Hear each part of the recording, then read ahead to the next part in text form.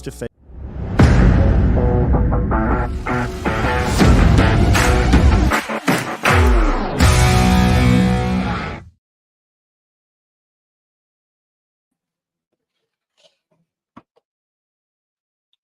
What is up, guys?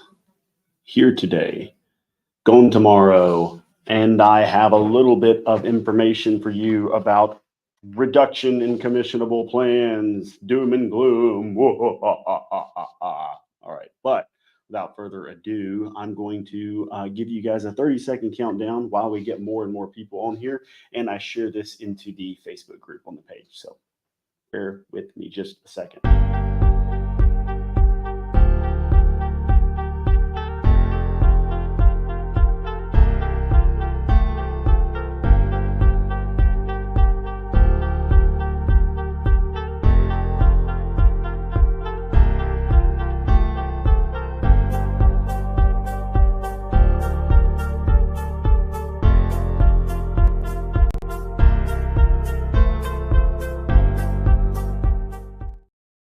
It's time to grow your agency like a guru. Introducing Go Guru Pro. The Go High Level platform allows for minimizing software-based subscriptions and grants control over several facets of marketing and communication. Automate your workflow, communicate with your leads, book appointments in advance, and house all your clients in one secure location. Visit goguru.pro and schedule your one-on-one demo today. All right, that's right. Listen, it's Halloween. Today you get the coverage cowboy. Take these glasses off because they're unbecoming of such a bad dude. All right, I'm going to talk today to you all about some stuff. I wrote some notes. And hopefully you can hear me. Let me see here. This is probably coming on a little weak because I didn't have this clipped on. Doom, doom, doom.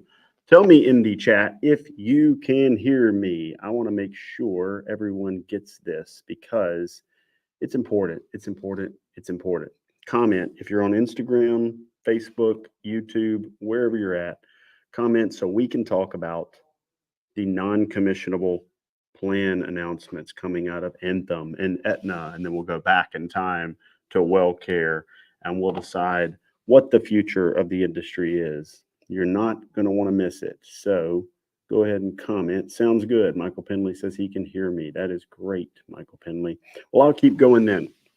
And you guys just watch as you can. So the reduction in commissionable plans.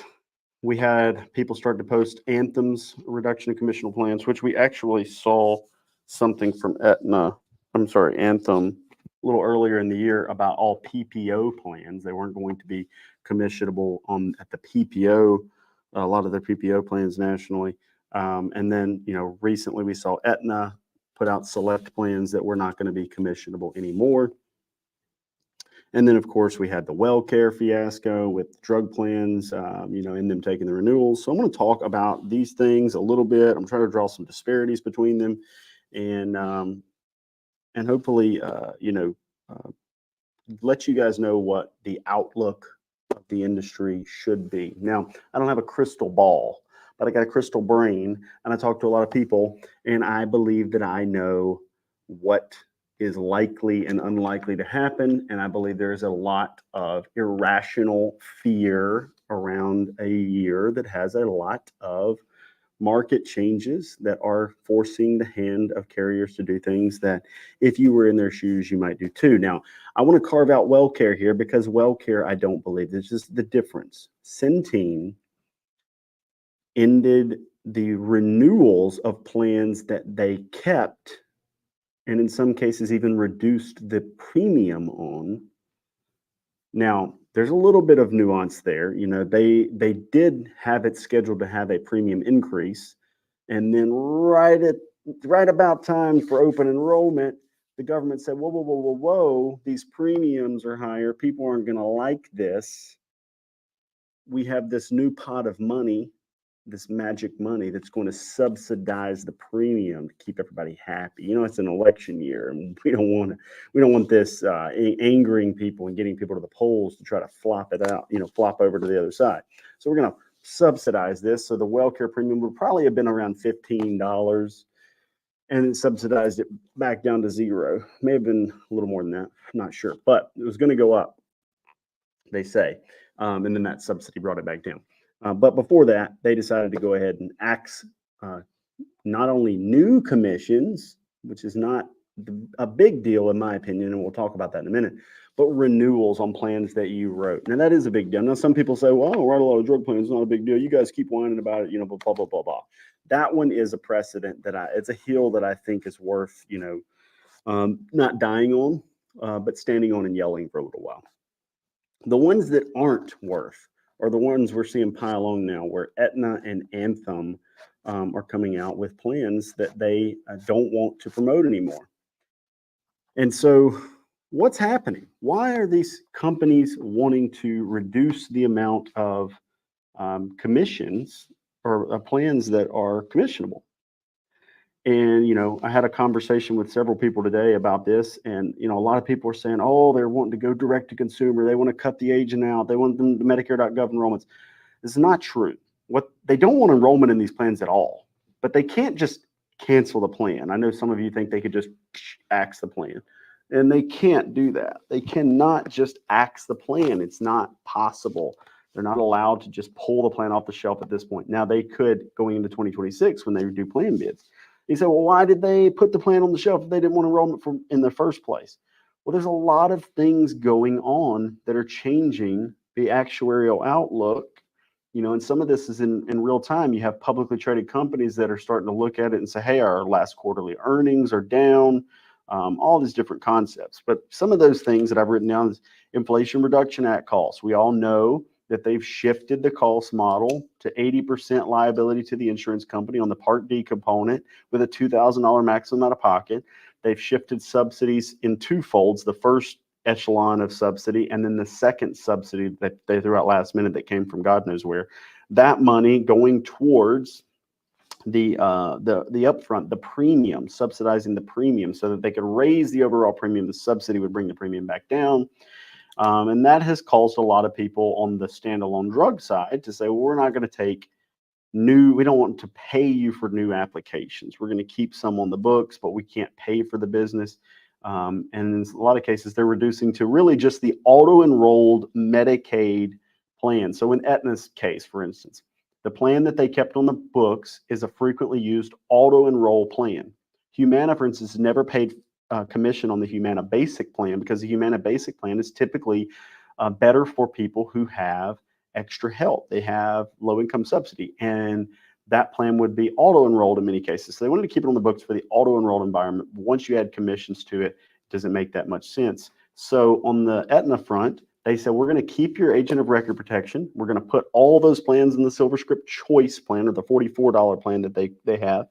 They're going to keep that one on the books for the auto-enrollment, but we're not going to pay commissions to anyone for future enrollment. So you can enroll your agents in it, but no future enrollments will get commissions. We are going to pay renewals on the past ones, no matter what SilverScript or Aetna drug plan you wrote.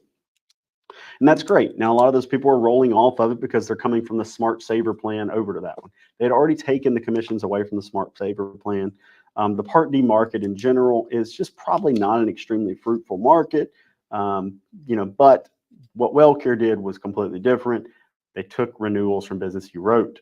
That is the one that is different. Took business renewals from business you wrote and kept it on the books. Aetna has not done that. Nobody else has done that.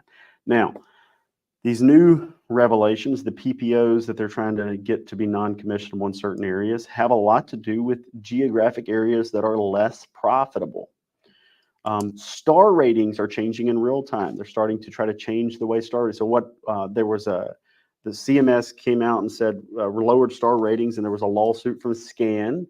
And SCAN had this lawsuit where they sued CMS and said, you guys are arbitrarily lowering our star ratings, and we want to make sure that you're using a true rubric. And so then, they won that lawsuit, but now they're trying to say, well, let's change what the rubric is that we use star rating, or we do for star ratings. Well, this is happening mid-year. So CMS requires bids from plans to be done much earlier, but then they start changing, talking about future star ratings. And so like a lot of these companies like CVS is probably looking at it saying, hey, we want to make sure that we can keep our star ratings high, and in that strategy and the way that it's getting stricter and our reimbursement strategies for certain geo areas, there's certain areas where we don't feel like we're going to be serving the member as well, so we need to reduce enrollment numbers there. Now, they can't pull the plan off the shelf, so people can still enroll through Medicare.gov. You could still technically enroll someone in that plan, but you're not going to get paid for it. Why do they not want to pay for it? They don't want to incentivize you to write something they think is going to cost them too much money. That's all it is. And they can't just pull it off the shelf. If it was a convenience store and there was a product in there that was going to cost them too much money to sell, they just pull it off the shelf and wouldn't sell it anymore. For us, they have to disincentivize the future sales, not taking away renewals. So Anthem, same thing. They're in the same boat. It's not even surprising that there would be other plans that would do this. Is it a permanent thing, or is it more of a reshuffling of the deck? I think it's more of a reshuffling of the deck. Other factors, managed care and risk scores. Are you in a geographic area where someone's writing a lot of people that are under a bridge somewhere homeless, and they're never going to get a phone call where they're able to get them to their primary care provider, get them to get their colonoscopy, get them to get these tests that keep their star ratings high? Are they going to be able to adjust their risk score based on diagnostics, or are they going to sit on Skid Row and never go to the doctor, right? Are you putting the phone numbers and emails on there? Oh, I don't want to put the phone numbers and emails on the application because so-and-so is going to steal my client. Look, I'm not going to say there's zero risk in that, but I will tell you, if you don't put phone numbers and emails on Medicare Advantage applications, we won't talk about Part D, but on Medicare Advantage applications, you're messing up the revenue model of the Medicare Advantage plan. And when that plan pulls out, you're part of the problem. HRAs. Some carriers are reporting that the answers are so bad on health reimbursement or health assessments, HRAs, that that's why they don't want to pay for them anymore. They're not finding any value in them because the information's bad. There are other carriers that say that's not the case, but some carriers do. When you're answering these questions, don't wait till you get off the phone and then just go through and click no. I know people are doing that. I know it. I've caught them doing it. Don't do it. Answer the freaking questions. You know, do the health assessment while you're on there, or have somebody in your office call them back, ask those questions, some kind of process for it. Get quality information. You're going to lose the health assessment money because of that. That's the primary reason. The linchpin could have been final rule moving a certain way, but since it didn't technically impact that, the people that are leaving it off are probably saying we weren't finding any value in any way, and we're just going to use this as an excuse to stop paying it. I heard way before final rule issues came up, probably a couple of years ago, the second largest carrier, you can figure out who that is, said they found zero value in the health assessment data because it wasn't being reported accurately. So the future, what's the future? Well, the future's bright. The future is bright. Like PBD says, the future is bright. What are the opportunities? There's geographic opportunity, massive geographic opportunity for dual plans, which the dual growth fueled a lot of the growth the last few years, but the dual plans are still plans that they see a lot of value in, obviously because of the funding mechanism. Profitable markets. They're looking at profitable markets. Where's a profitable market? Where are we profitable? Where can we get good network adequacy? Where we have a good member experience? The good member experience leads to properly adjusted risk scores, meeting the star ratings, and the reimbursement. A carrier is paid based on multiple concepts, like the risk score of the customer and their ability to have a high star rating, which requires them to get their people in the area to go to the doctor and have good service and all that, but also getting them to do things like colonoscopies, mammograms, pap smears, maybe not pap smears, I don't know all the details, but all the preventative stuff, as well as additional testing and going for frequent visits. It's a managed care plan. The star rating is based on the ability to manage the care of the member. Populations, let's see here, high population areas. So let's see, good, what would I say, good acquisitions. Good quality business, The acquisition style is probably, in my opinion, the marketing and the acquisition process dictates the highest whether you have the highest or lowest or somewhere in the spectrum of quality enrollments. So if I am, using Pakistan fronters, calling random data and sending it to me, and then I'm creating a terrible experience on the phone and just enrolling the least of these, people with the least amount of lucidity, I'm going to have the lowest quality, person enrollment, right? Somewhere in the process has to be quality, if not the entire. Now, I know it's difficult because marketing with quality has a more expensive cost per acquisition, but it also has a higher lifetime value. And marketing for benefits or using some sort of data mining, thing that people are doing, a lot of it gives you a lower cost per acquisition, but also a terribly low persistency in comparison. And it also has low quality outcomes for the carrier. And they're realizing this. They understand the data. A lot of this reeling that's happening isn't to stick it to the brokers. It's to focus on the markets where they are seeing the most profit. Now, some people say, oh, they had record high profits and blah, blah, blah, blah, blah. Okay, so I think there's not an appropriate understanding of the profit of a Medicare Advantage carrier or plan. They're looking at individual profit zones. Now, what you need to do, like Jared Strock on LinkedIn put up one time this thing that had the profit margins of Medicare Advantage versus ACA versus all these other things. And then when I started talking to him about it, it turned out there was a different variation of that profit data that didn't show such a high profit margin or such a low loss ratio. You had to really look at more than meets the eye. So thinking that Medicare Advantage carriers are having record high profits, if they're so much more profitable in Medicare Advantage than they are group health and individual health and all these other markets, then what's the pullback about? There isn't a significant pullback because they're looking to get out of markets where they can't be profitable, and the star rating issues, certain changes, right? All right.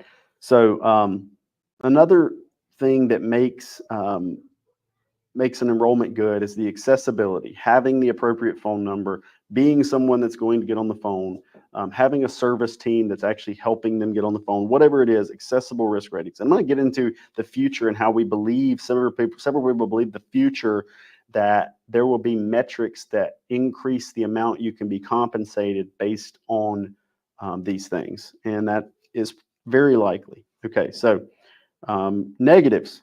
Homeless population. Again, I mentioned this earlier. Enrolling the homeless population. There are people that do this, where they go out and enroll the homeless population. You never get those people on the phone. Cell phone tents. These cell phone tents, very transactional. Let me change your Medicare plan in a cell phone tent. You're never getting these people on the phone again. Let's see. HEAP and transactional call center models. HEAP and transactional call center models. You're not getting to appropriately get them engaged in their plan. They're not getting the appropriate risk scores, all that. People who roll business for $10 in OTC savings every year. Letting the member change every year, having a book of 100 clients and changing 90 of them every year does not create a good business relationship between you, the broker, and the carriers that you write. Now, sometimes we have to roll our business. Sometimes these plans show signs that they want to get out of the marketplace, they change drastically, whatever, and that makes sense. But changing them every year for the highest $5, like you can easily talk to that client, even if you have to talk to that client. Most of them you don't have to talk to them, but you could talk to that client and say, all right, this is going to be a $10 OTC, a quarter change, but to be honest, the plan you're on is a great plan. They're in it for the long haul. I would recommend staying there. And if somebody tries to call you and entice you with that $10, just know that there are probably some other nuances that come with it. And you've been comfortable in this plan this year, right, Mrs. Jones? Yes, I like it. Let's keep it right there. It's a great network, great plan. We don't want to change it. We don't want to jump ship just for $5 or $10 here or there, because that's going to get you into a pickle. And then that allows you to keep a longer term relationship with the carrier. I do think in the future there's going to be a growth of HMOs. The PPO market is growing in certain areas and will stay strong in certain areas, but the HMO market will continue to grow. There'll be more and more of a shift to HMOs, more profitability model. There'll be more of a shift towards the markets that allow them to get the HMOs. It helps them control the revenue cycle better. You got to think about that revenue cycle. revenue cycle between them and the medical provider, and how the carrier benefits on Medicare Advantage from getting them to go to the doctor and getting certain things done. Let's see. So, like I was saying earlier, we believe that there will be some comp in the future tied to quality of business metrics. And those metrics will be like persistency, being reachable for the managed care side, and the risk score adjustment, being reachable, mix of business, dual special needs, chronic plans, standard HMO, PPO. What are you writing? What does the profitability of your business look like? And we believe there will be, in some way, in some variation or another, there will be. You're already seeing it on FMO overrides, that they're taking health of business and book of business size versus new application potential or applications written. And that's to try to be in the spirit of what the issue of the final rule was. They're trying to look at the spirit of that and start to change. So let's see. Obviously, saying all that, I also still encourage diversification, ACA, ancillary business, MedSup. It baffles me how many offices are 100% MA or 99% MA over MedSup. There's so much MedSup opportunity. We're writing as many MedSups in here this year as we are Medicare Advantage plans. As many MedSups as we're writing Medicare Advantage plans. And we're not marketing to rich people. We're marketing to everyone. The lower middle class, but the issue is we're marketing informatively. And that brings us people who want to make healthcare decisions, not people that are looking for $10 more on their over-the-counter benefit card for the quarter. MedSup, annuities, potentially, AUM, you could have that side of the business, potentially. But even in your Medicare Advantage, market for chronic, dual, HMOs, PPOs, market for everything. Diversify geographically, because one geo-targeted area could be super impacted while another could be more normal one year. Market for life insurance. Your insurance agents, you're not Medicare advisors. You're insurance agents. Be insurance agents. Sell insurance, okay? Medicare is a great door opener. It's a great residual product. Sell other things. Diversify yourself. Do I think that this market is strong? I think this market is super strong, super strong. I do believe that the insane regulatory burden over the last 3 years, 3.5 years, has been a bit much, with the Inflation Reduction Act, with the just rapid changes in agent and broker, issues with regulation changes relative to star ratings, et cetera. Big stuff that's happened, right? But the future is bright, and the people that stick, we are 2.7 times, 2.7x this year over last year in total applications. We are in our LOA, just our internal control distribution, not our brokerage. We're up about, I think we're up around 30%, 35%, something like that year over year in applications. And that's pretty much across the board. We're up on Medicare Advantage. We're up on MedSup. We're up on underwritten MedSup, open enrollment MedSup. We're up on IEP MA versus AEP MA. We're up on pretty much everything. Way up on ancillary cross sales, home health care, Heartland National Cancer, Heart Attack, and Stroke, Bankers Fidelity, HIP. We're up on all of these things. GTL, we're up on GTL. We're up on Medico even. We're up on all of these carriers right now. We're up on all the ancillary business, right? And the commissions there are superb. And the service burden creates a great opportunity to come back in and cross-sell. So, without getting too far in the weeds on this, this Anthem versus Aetna versus WellCare thing, again, I'll reel back to the beginning. WellCare, what they did with the PDPs, completely unmatched in the marketplace. A carrier not wanting to promote a product anymore is about profitability. There are plenty of products. This is not a domino effect to the point of not paying for it. The carriers still get almost all of their enrollments through agent and broker distribution. They can't go direct to consumer. They're not getting completely out of the Medicare Advantage space. All the articles you see about hospitals and all this not taking this happens every year. If you've only been in this for 2 or 3 years, you probably haven't noticed it as much. This is a crazier year than normal, but the thing is, it's extremely, extremely bright future right now. So let's see if there's any comments. If you guys have any comments, let's see. Got a little bit. Love Medicare's easiest door opener and gateway to so much more. Final expense. Yep.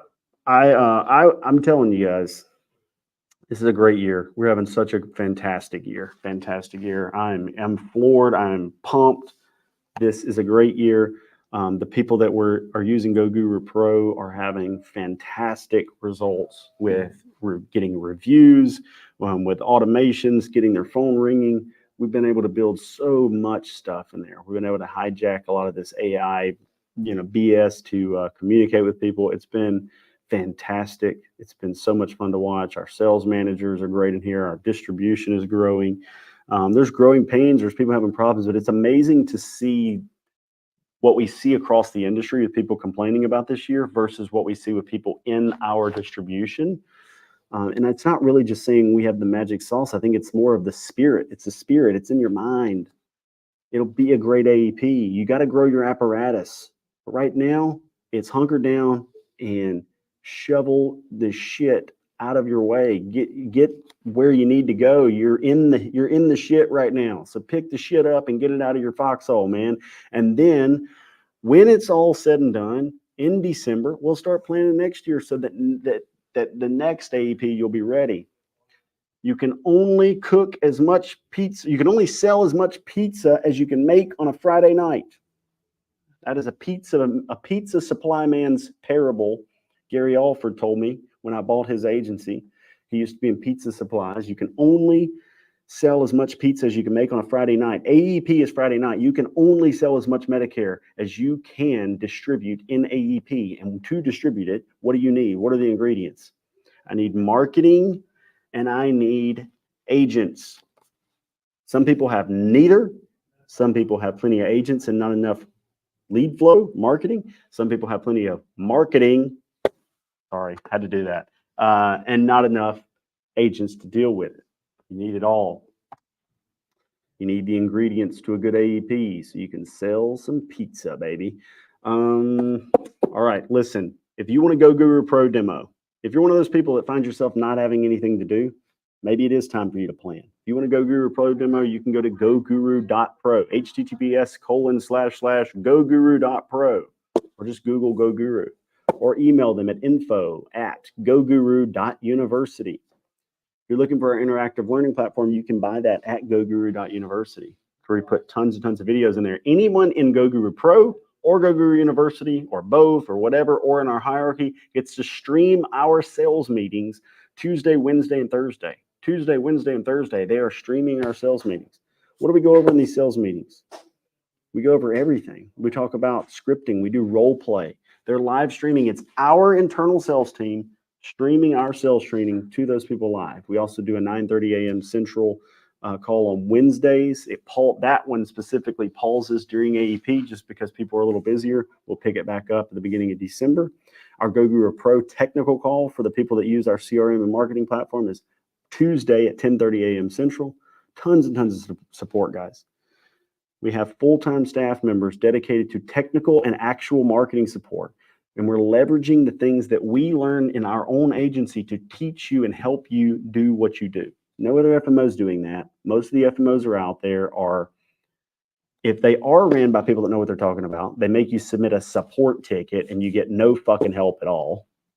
And, they don't know how to market because the only ones that I know of that do that are basically YouTube famous. The other side is you get the traditional FMO that doesn't know how to market. They don't know what they're doing. They don't know at all. They're not even YouTube famous. They just somehow get contracts the old school way. Get contracts, get contracts, get contracts, contacts, get contracts. And that is true. There's something to be said for a sales machine. Contacts do get contracts, but some marketing is better than others. Some help is better than others. Some help comes with a position of actually knowing what the hell you're talking about, like us. We have a full team full of coverage cowboys. And we really want to help you guys out. Hey, you can check me out on Instagram, instagram.com/thejustinbrock. Follow me on Instagram. On TikTok, I'm at Medicare Advantage. Can you believe that? They let me have that one, at Medicare Advantage. That one I'm putting a little bit more Medicare videos out on. Hopefully those help inspire you guys to do the same. If you want to check us out on YouTube, of course, you might be watching this on YouTube. It's youtube.com/JustinBrock. Please give us a subscribe, like our videos over there. Comment on the videos. Comment on the videos. Comment on this one. Comment on the Facebook videos. Of course, a lot of you are probably in our Facebook group, the Medicare Monsters Facebook group.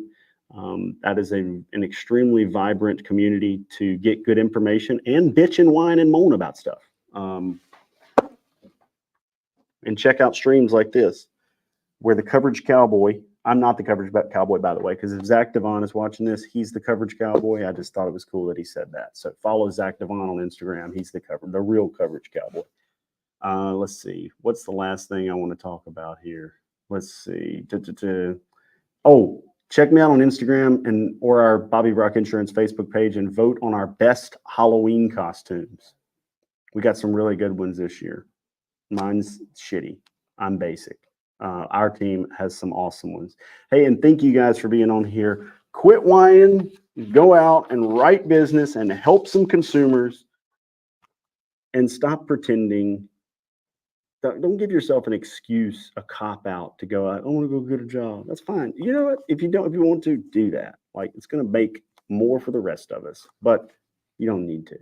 The people that stick around and aren't whining about stuff and they're spending more time writing business, go to a Facebook group.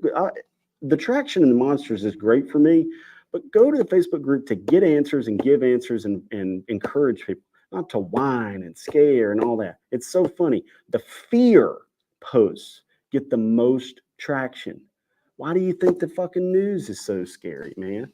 That's why they get the fear. If I scare the shit out of everybody, then I'm going to get more traction. People want to do that. They want to believe in the negative. They want to believe in the scary stuff. They say they don't. They say, why can't they cover positive stuff? Because nobody cares. They want to be scared. They want to sit around and be scared. Craziness. Hey, you know what, though? I love you guys, and I am here for you all, paving the way. We're writing tons of business. We're recruiting great agencies. We're helping them make a difference in their agency.